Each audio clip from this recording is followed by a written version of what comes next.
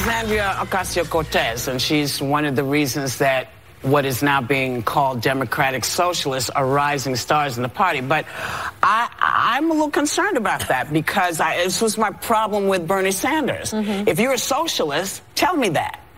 Don't say that you're a Democrat because you clearly we don't have the same ideas of what should be happening if you're a Democrat. So I wonder if this is now a splinter group, if anybody's discussed the difference between socialism and democratic I think it was, I don't know. Isn't it more like, isn't democratic socialism very close to liberalism? I mean, no. Well, think about it for a second. Medicare, Social Security, garbage collection, the post office, the library. I agree with you. That's all. Well, I agree with you because we had her on the show, and I asked her this question about what do you mean by being a democratic socialist? And she went over her platform. She says Medicare for all. Good. Fully funded public schools and universities. Love it. Paid family and sick leave. Good. Justice system reform, immigration justice, infrastructural overhaul, clean campaign finance, an economy of peace, housing as a human right. Well, I don't know. It's a really successful country. Can I please push back on wrong with that? This makes my head explode, which, by the way, I hope Democrats do run a democratic socialist. Do you hope that we win? Do you win the Democrats? No, because I think you'll lose spectacularly, and then I will look forward to election night when I finally get to tell everybody I told you so if you end up running a radical.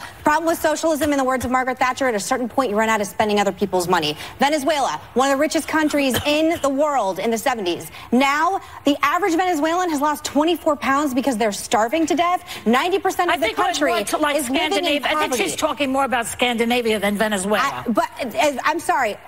This is what I need from her. Name one country that socialism has ever worked, and also every democratic socialist who is going on TV saying that it's good needs to start paying 90% in taxes. Iceland. On your tax form.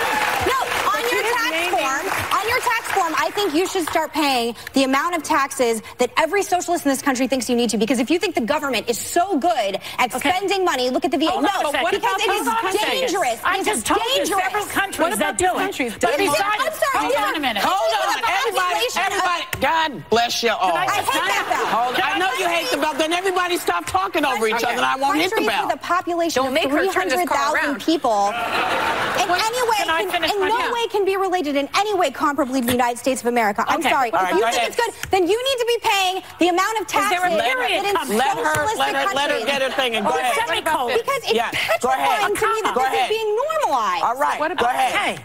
So, you're saying you run out of people's money, other people's money, Margaret Thatcher. I didn't say that. They have just given this enormous tax break to the very, very wealthy in this country. That tax break doesn't have to be so generous to those really rich people, does it? Because if you don't give that money to them, what happens to that money? Better schools, better post office, better garbage pickup, better police departments, better fire departments. The government is so good at running things, then the post office is a great run business. The VA, I'm sorry, comparing the United States of America to a small country in Europe is delusional. And I'm sorry, some of us do not want socialism to be normalized in this country. I am an example. Wait, can I finish one thing? 70% of taxes. Last week, Meghan helped a woman battling brain cancer fulfill her dream to hang backstage with Taylor